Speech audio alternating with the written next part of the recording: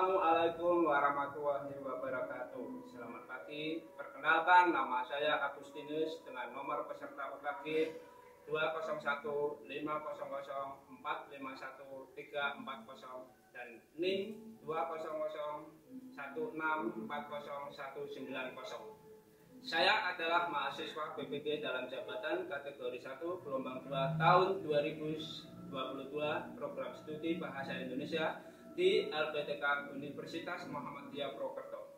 Pada hari ini Senin 12 Juni 2023 akan melaksanakan uji kinerja atau UKIN praktek pembelajaran di kelas 11 IPS 1. Mata pelajaran Bahasa Indonesia, materi proposal.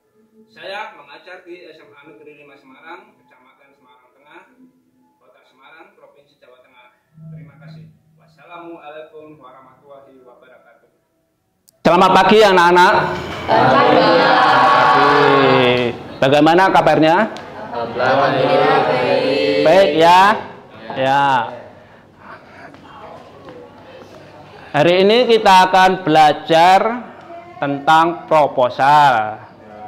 Tapi sebelum kita belajar tentang proposal, Pak Agus akan mengawali pelajaran hari ini dengan berdoa terlebih dahulu. Saya minta Amar untuk memimpin doa. Silakan maju ke depan sini. Ya.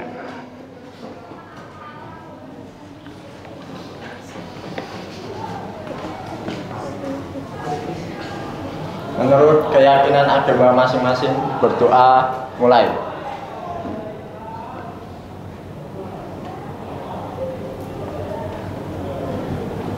Berdoa selesai. Terima kasih Amar.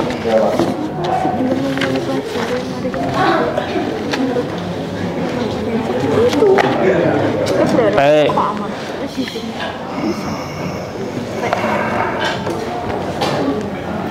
Untuk hari ini apa ada yang tidak hadir? Ada berapa yang tidak hadir? Dua ya, ya dua. Siapa saja? Sanata dan kenapa mereka? Izin sama sakit. Ya baik. Kalau kita melihat proposal ini, menurut anak-anak, kalau dibuat susah apa gampang? Susah-susah gampang. Ada yang jawab gampang, ada yang jawab susah. Tapi coba kita kembali ke 3 tahun yang lalu. Berarti kalau 3 tahun yang lalu, anak-anak kelas berapa? 2 SMP ya? 2 SMP. Sudah pernah mempelajari proposal belum? Sudah. Sudah pernah membuat belum? Sudah. Saya yakin anak-anak yang aktif dalam organisasi siswa pasti sering membuat proposal seperti pramuka, OSIS, dan ekstra-ekstra yang lainnya.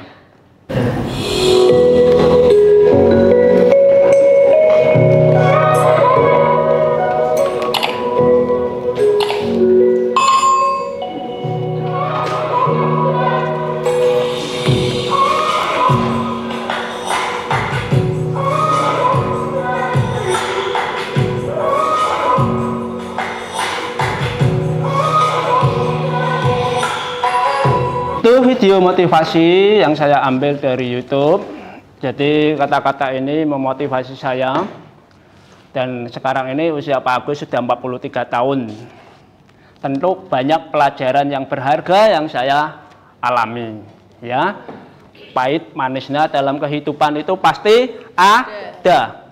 Ya, tidak semuanya manusia itu berjalan manis terus. Dan itu tidak akan mendidik kita sebagai jiwa yang kuat. Itu ya. Jadi saya minta pendapat dari beberapa anak-anak tentang motivasi yang tadi kita simak sama-sama. Kira-kira apa yang kalian anak-anak tangkap dari video motivasi itu? Silakan. Oke, saya Pak. Ya. Oke, nanti. Ya.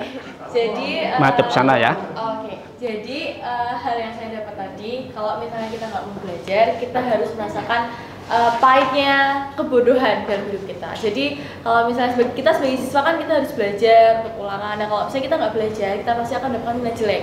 Nah karena nilai jelek itu mungkin pandangan orang-orang terhadap kita adalah orang yang bodoh.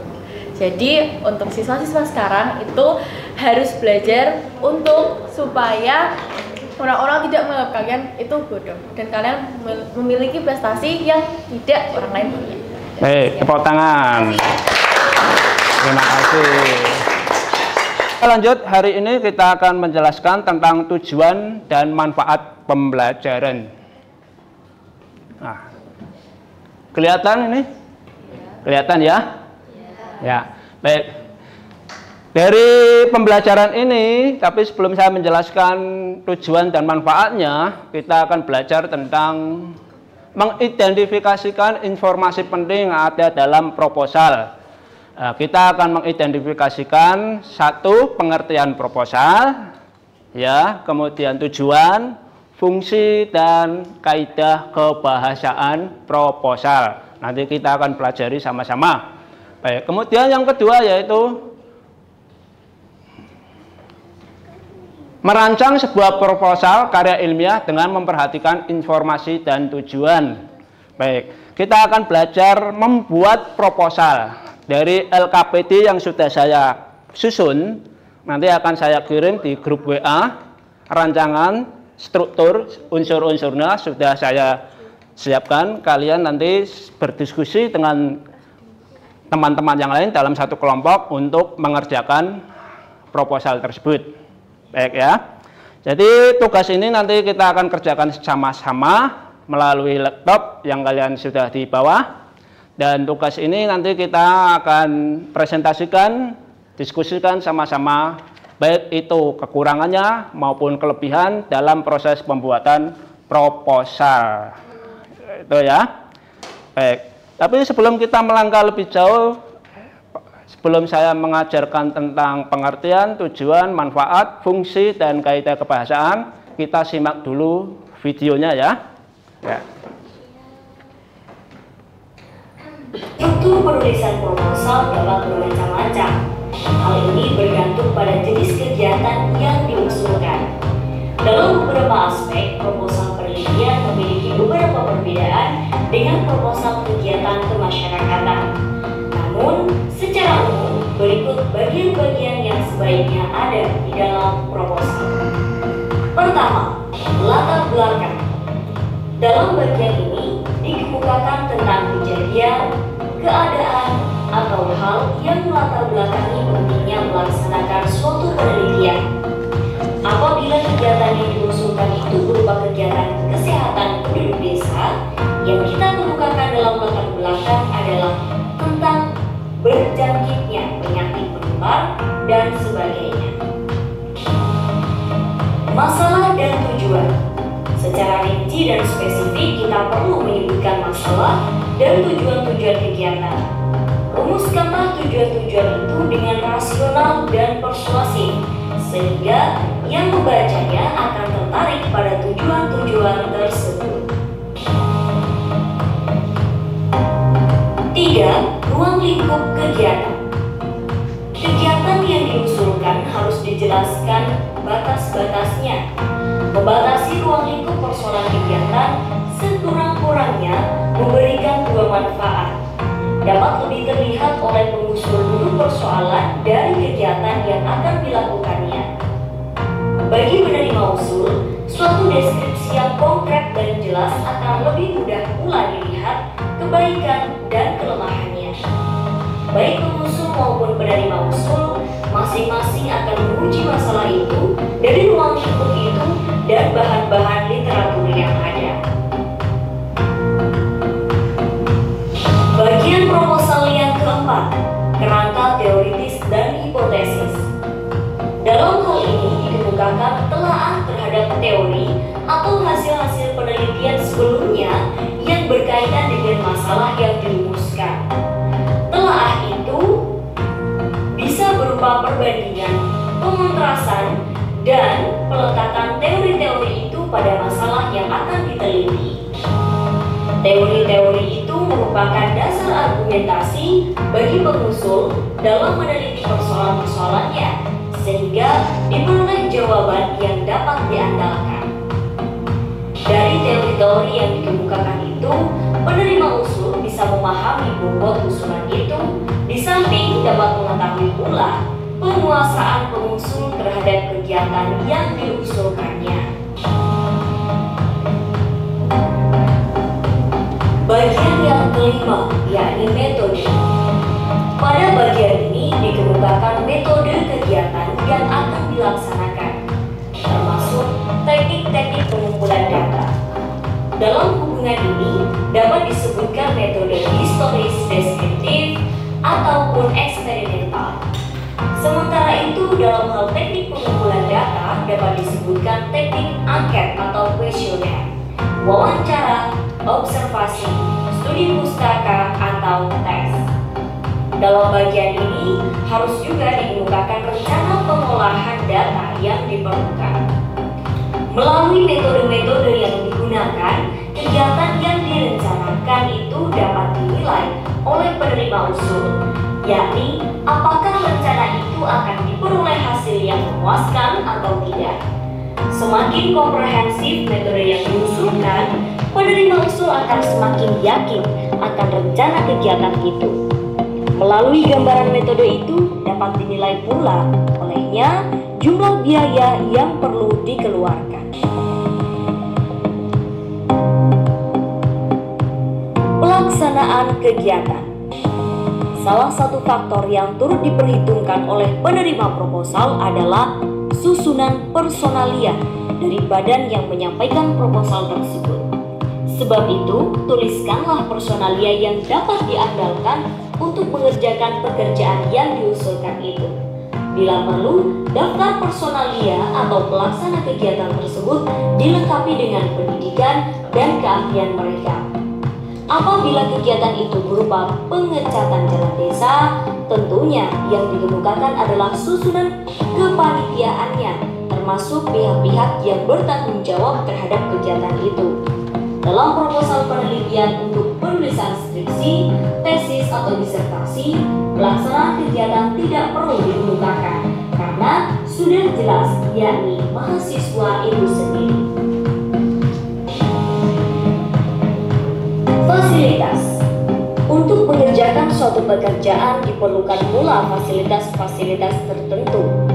Di pihak lain, fasilitas-fasilitas yang ada itu akan lebih menekankan biaya, sehingga kalkulasi biaya yang disodorkan akan menjadi lebih murah daripada kalau harus menyewa dari pihak-pihak lain. Pengusul perlu menggambarkan bermacam-macam fasilitas yang dimilikinya. Hal ini dimaksudkan untuk lebih meyakinkan lagi penerima usul bahwa tawaran penulis memang benar-benar serius dan penulis sanggup mengerjakannya dengan baik. Bagian ke-8, keuntungan dan kerugian. Tentu lebih meyakinkan lagi jika dikemukakan juga keuntungan-keuntungan yang akan diperoleh dari pekerjaan itu. Hal ini bukan sesuatu yang berlebihan, tetapi untuk meyakinkan penerima usul bahwa biaya yang akan dikeluarkan tidak akan sia-sia dengan yang akan diperoleh. Keuntungan yang diperoleh dapat bersifat keuntungan yang memang langsung diharapkan, keuntungan sampingan, penghematan, dan lain sebagainya. Akan lebih simpatik lagi apabila pengusul menyampaikan juga kerugian atau hambatan-hambatan yang akan dihadapi kelak.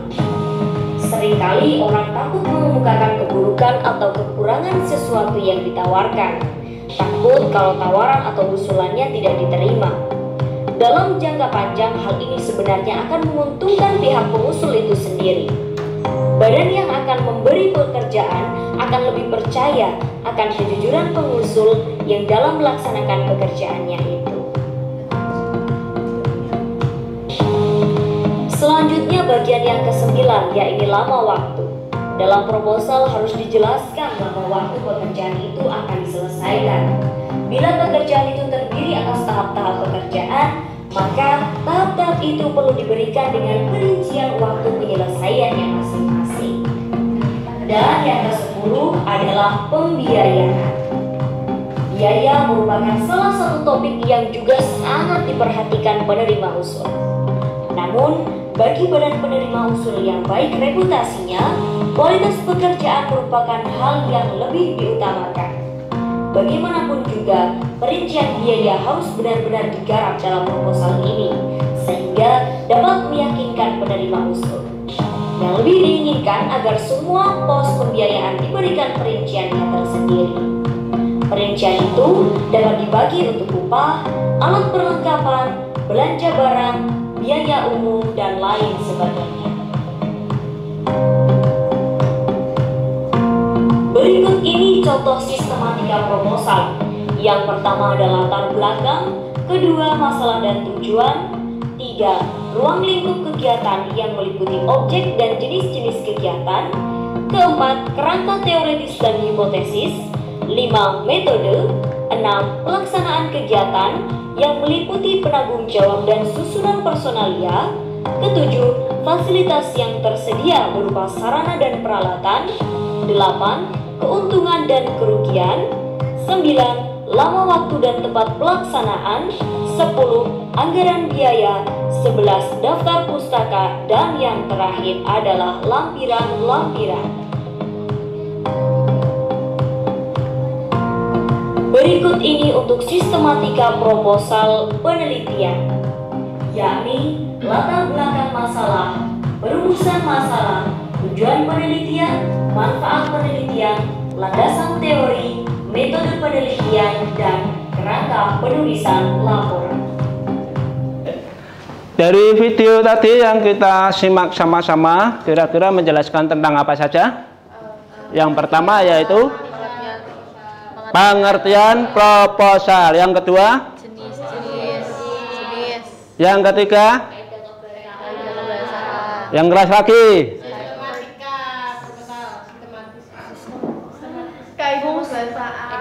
baik. Saya minta siapa ini, Zaskia, coba berdiri ya. Kita ulang kembali ya. Yang pertama apa? Pengertian proposal. Ya.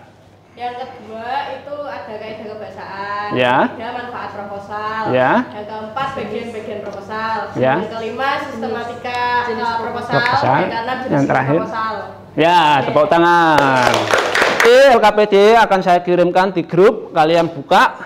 Terus dari teman-teman yang lain yang tidak memakai laptop, silakan hasil jawaban dijapri ke teman tersebut atau ke ketua kelompoknya supaya nanti diinput di dalam rancangan proposalnya. Paham ya? Jadi yang pertama adalah kalian atur dulu siapa tugasnya yang mencari unsur-unsur 1, 2, dan 3. Ada pertanyaan? Jelas ya? Supaya kita cepat, baik kita harus juga kompak dalam mengerjakan tugas tersebut. Saya beri waktu 20 menit untuk mengerjakan tugas LKPD tersebut. Silakan dimulai kelompoknya. Ya, 55. Ya, silakan 55 ya. Ya, ini sama Gavin. 55. Berarti ini ada.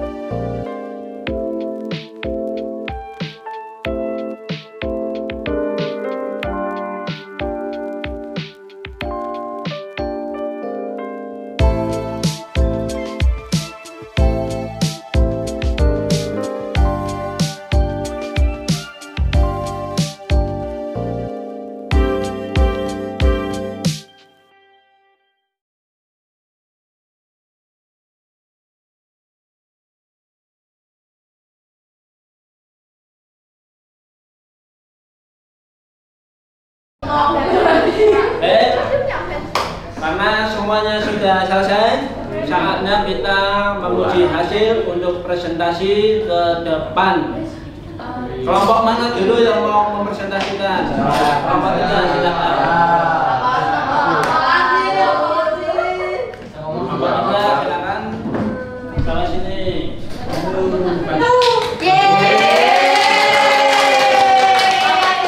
Kelompok 3 sangat hebat karena bisa menjelaskan dengan terperinci dan runtuh. Bisa menyampaikan dengan terperinci dan runtut. Ada lagi? Keren. Gimana nomor? Oh, saya Pak. Ya. Kalau bisa jangan cepet-cepet. Oh, emang cepet ya? Jadi kayak cepet banget gitu. Naik karena Jadi agak pelan aja. Emang kita kita di box. Oke. Kurang cepat. Sudah? Naik kan? Berarti kelompok kita sudah bagus ya. Isinya sistematikanya sudah runtut, sudah jelas. Ada yang mau tanyakan lagi? Tidak cukup? Cukup. Baik, silakan duduk. Baik, siap. Terima kasih.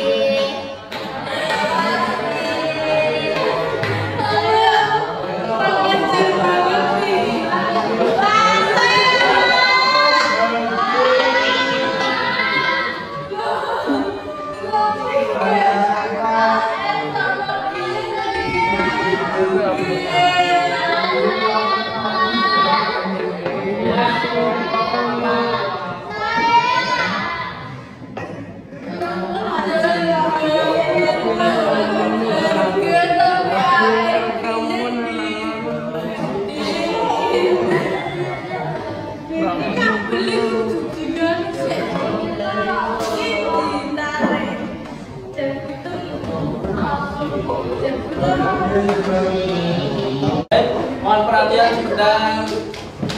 Fokus ke saya dulu ya. Karena kita sudah menyimak dengan baik di HP masing-masing maupun laptop. Inilah saatnya kita akan evaluasi pengalaman belajar dari proposal tersebut. Kelompok 1, 2, 3, dan 4 sudah mempresentasikan masing-masing tugasnya dengan baik ya. Baik dari judul, susunan, unsur maupun sistematikanya sudah disampaikan dengan baik dan isinya juga sudah bagus. Jadi untuk pelajaran hari ini kalian sudah melaksanakan tugas secara kompak, solid dengan tim dan kerjasama yang sangat bagus untuk pembuatan atau merancang sebuah proposal yang saya berikan pada anak-anak. Nah, sekarang saya minta untuk bagian penutup ini yaitu bagian kesimpulan dan merefleksi dari hasil pembelajaran hari ini. Silakan ada yang mau memberikan kesimpulan tentang pembelajaran hari ini? Ya, berdiri ya. Bagus, benar, makan bersama.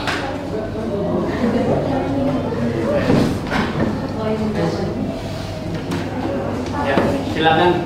Yang keras ya. Saya Muhammad Firdaus, nomor absen 23. Saya akan menyampaikan pembelajaran pada hari ini. Kita sudah belajar proposal mulai dari pengertian, tujuan, manfaat, bagian-bagian, terus struktur dan jenis-jenis proposal. Dan kita sudah belajar membuat proposal mulai dari proposal bisnis, proposal kegiatan, dan lain-lain sebagainya. Untuk kita lebih tahu bagaimana cara kita membuat proposal untuk kegiatan-kegiatan yang akan kita lakukan pada suatu saat hari nanti. Baik, terima kasih, bagus sekali.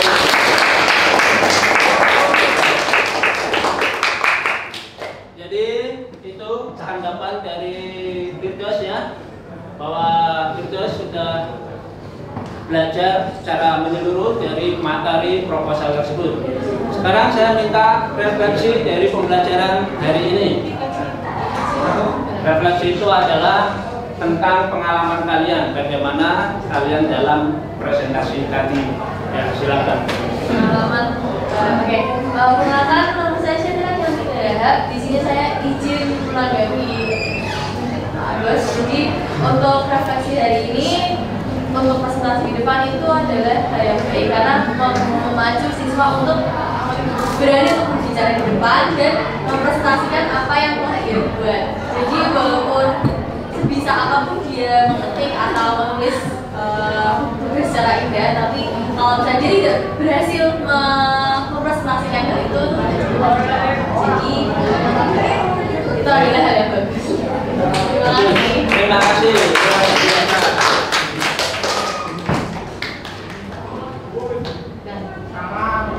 Terima kasih semua.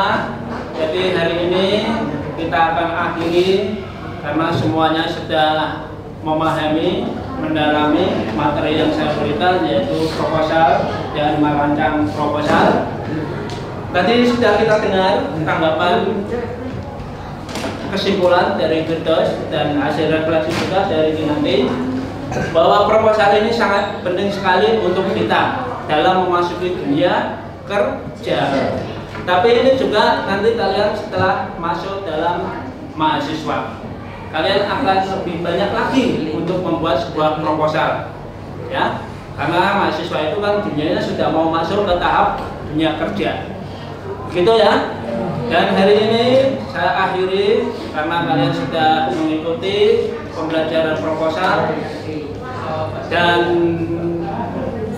ikut presentasi ke depan secara kompak. Semuanya bisa presentasi dari 1, 2, 3, dan 4, dan hasilnya sangat memuaskan karena kalian sudah maksimal dalam mempresentasikan proposal tersebut.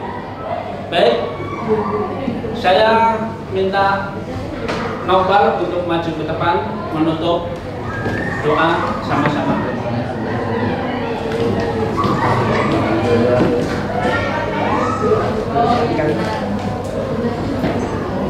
Jangan dimatikan dulu ya.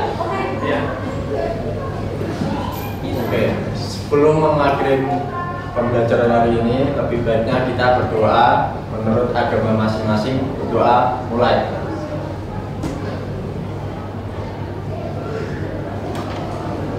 Berdoa selesai. Terima kasih. Selamat pagi. Sampai jumpa, sampai ketemu di lain hari.